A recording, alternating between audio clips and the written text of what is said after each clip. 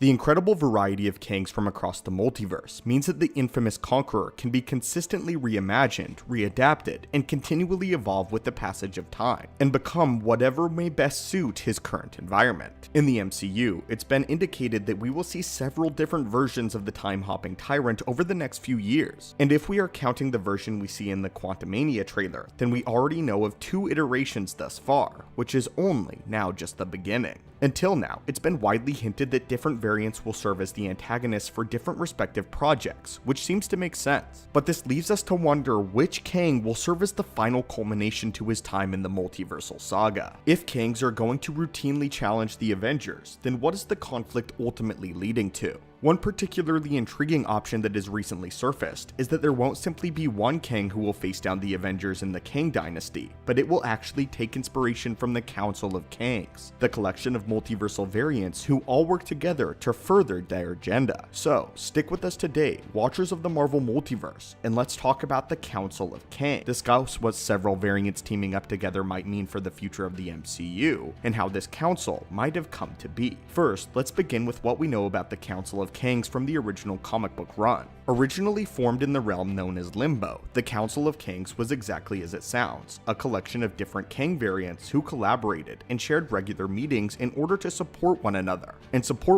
in their goals and maintain order across their various empires. In the MCU as we currently know it, we have reason to believe that something similar to this might have existed at one point. Whether or not it may exist again, however, remains to be seen. In the season finale of Loki, He Who Remains discusses how the multiversal conflict started, and he claims that it even began relatively peacefully. He states that the variants of himself began to visit each other's realities, sharing technology, collaborating on projects, and generally getting along for the most part. It was only after these relationships evolved that malicious variants began to arise, and while it started slow, it eventually escalated into all-out war between the multiverses. While we know that this animosity largely existed between most Kang variants, it does show that they have a natural affinity for collaboration and cooperation, as well as a mutual respect for one another. Who is to say that a particular collection of Kangs didn't continue to collaborate and aid one another even after the war began, creating an alliance in order to fortify their territory and establish diplomatic relations between their timelines. Since the multiverse is functionally infinite, they can continue to each claim independent territory that is not only not their own, but also doesn't belong to anyone within this coalition.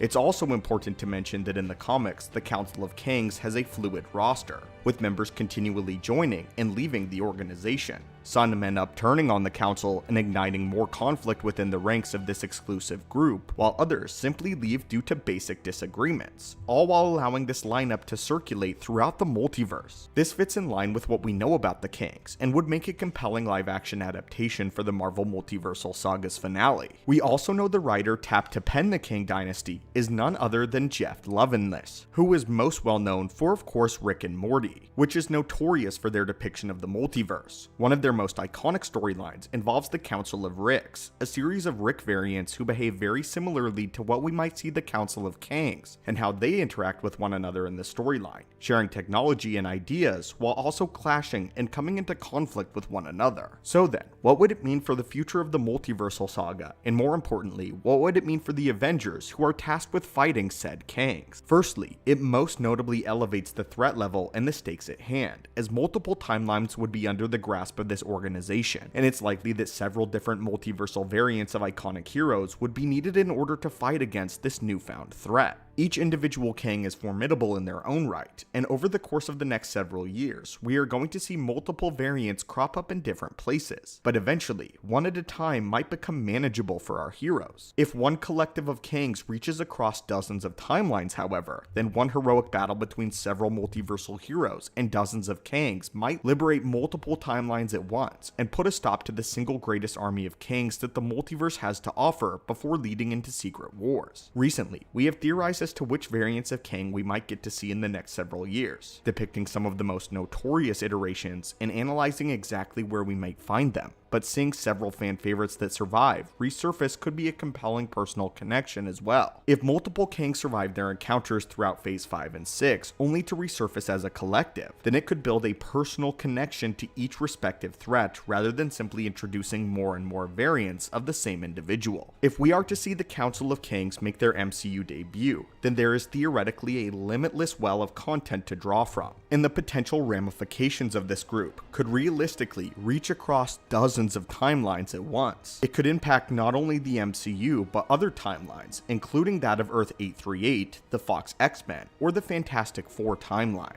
Either live-action Spider-Man universes or any other conceivable Marvel property that's already been released in the past several decades. Long story short, many believe that the most dangerous part of Kang is his weaponry, or even the fact that there are lots of him, and a near endless amount of variants from across the multiverse. However, Kang's most dangerous weapon is when all of them come together and collaborate, very similar to the Council of Reeds, which is far more famous in the Marvel comic book run. There is also the Council of Kangs, and if the Kang Dynasty is to live up to the greatest threats that the character has to offer, then it's likely that we could see the Kang Dynasty form, and the Council of Kangs be the true, main, overarching threat of Avengers 5 and 6. But anyway, my friends, what do you think of this idea of introducing the Council of Kangs into the MCU? What do you think this group's goals and agendas might be, and how will they clash with one another? And how would this pose an even greater threat to the overall fabric of the multiverse as a whole? As always, my friends, thank you guys so much for watching and continuing to support the channel. Hit that subscribe button to assemble and join our team, and I hope that you have a great day.